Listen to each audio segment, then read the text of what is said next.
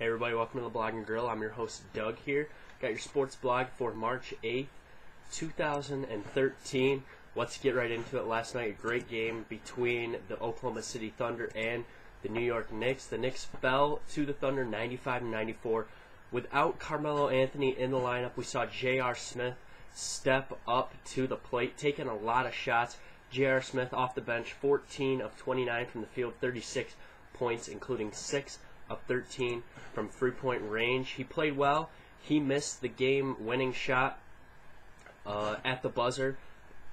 Mike Woodson drew up a play for an isolation for him, and he missed the jumper. I didn't quite agree, I would say, with the play call.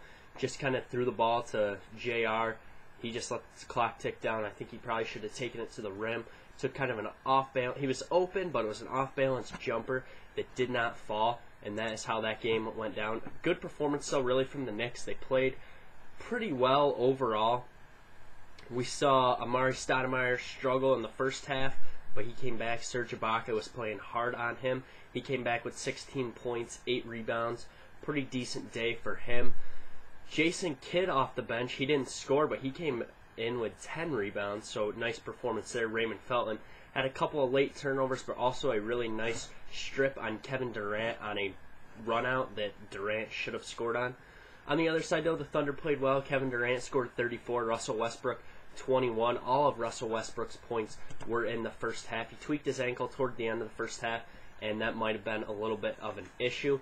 Overall, though, the Knicks played well without Carmelo. Hopefully Carmelo will be back when they take on the Jazz on Saturday. That game's at the Garden before the Knicks head out on a 5-game road trip. But really a strong showing against one of the better teams. J.R. Smith, of course, probably might have taken too many shots. The Knicks did not shoot the ball very well. They only shot 40% from the field, 32% from 3. They were 14 out of 14 from the free throw line. And a big disparity definitely was the free throw numbers. The Knicks 14 free throw attempts, Oklahoma City Thunder attempting 29 free throws. Overall, good game for the Knicks. Definitely some stuff they can build on. They played defense very well. So I liked what I saw. Hopefully next time out they play this team, they can perform a little bit better. And we got some good games coming up, so the Knicks just trying to keep on rolling. They've won 5 out of their last 7 right now, and just hoping to continue playing that hard defense.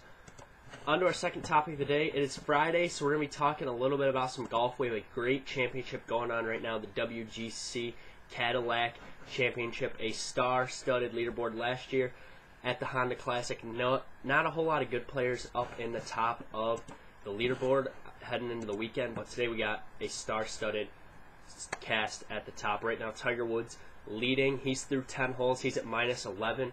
Phil Mickelson is in second place at minus 10. He's through 15 holes. Also through 15 are a bunch of the other leaders. Graham McDowell, he's at minus 9. Steve Stricker, minus 9. Bubba Watson, minus 8. Dustin Johnson, Keegan Bradley. So we just have a star-studded leaderboard here after a down week last week. And really, you know the names right up until probably John Senden, who's tied for 10th. That is where you start seeing names that you do not know. Let's scroll down through here, see where Rory McIlroy is. Rory McIlroy right now it's at even. He's at minus 1 for the tournament. Had a rough day yesterday. Or he's at minus 1 for the day. Yesterday he shot plus 1. Tiger Woods is at minus 5. He's through 10. He's played well. Phil Mickelson tied up with him, or about to be tied up with him, as Phil is attempting a birdie putt on 15. Tiger Woods, though, playing well. Minus 11, minus 10 for Phil Mickelson. So just a good golf tournament going on right now as we head to the weekend at Doral. So just keep an eye on that tournament throughout the weekend. All right, on to our third topic today. Mariano Rivera is set to retire tomorrow. He'll also make his spring training debut. It's going to be a big day for the Yankees, definitely. He'll be back. Derek Jeter will likely be back after Jeter got cleared by all doctors today. Just hopeful that maybe the Yankees can start to find something and get back into a prominent position where they can maybe make some moves. Many people are calling for a move to be made since Mark Teixeira has now been deemed out for the next 8 to 10 weeks. Hopefully they can get something there, maybe get Mark Teixeira back going. He's supposed to be swinging a bat in 4 weeks. Curtis Granderson, of course, out. And news out of Yankee camp is that Joe Girardi talked to Granderson the other day and has told Curtis Granderson that he will be playing center field when he comes back. After the injury, they were going to move him to left, put Gardner in center, but since there's been no time to really make that transition, they decided to just put Curtis Granderson back in center when he returns. Brett Gardner will likely play there for now. Matt Diaz, Juan Rivera, platoon in left till he gets back, and Ichiro, of course, will play right field. But Mariano Rivera, back to him, he will likely announce his retirement for the end of the year. That's a big deal.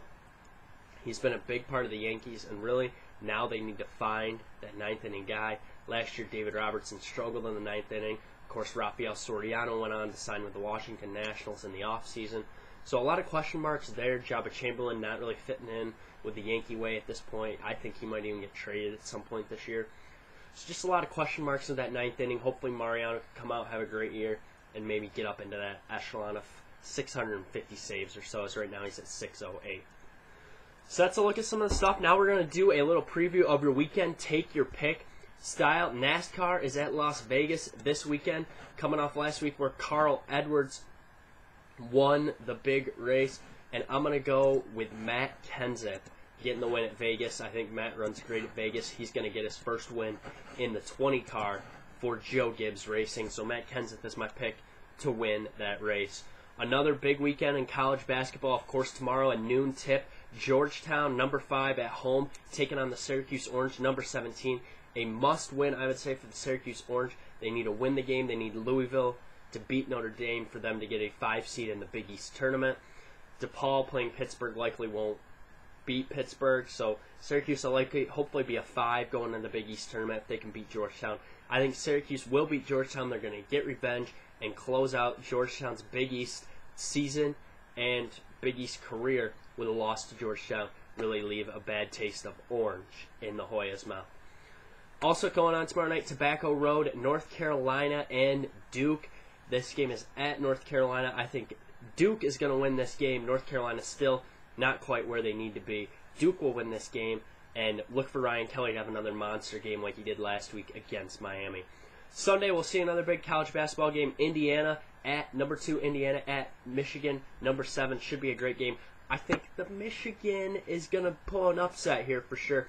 Indiana really sputtering right now, trying to find their identity with Victor Oladipo and Cody Zeller, trying to get enough touches. I'm going to take Michigan with a 5-point win. This has been Doug's Sports Blog. Hope you enjoyed it. Check me out. Give me a like. Leave me a comment. I'll answer it next week on the blog. We'll be back Monday to wrap up the weekend and get you ready for another great week of sports and the Big East Tournament. We'll be starting up on Tuesday. Thanks for tuning in. I'm Doug Day saying so long here for Doug's Sports Blog and Grill. Have a great weekend.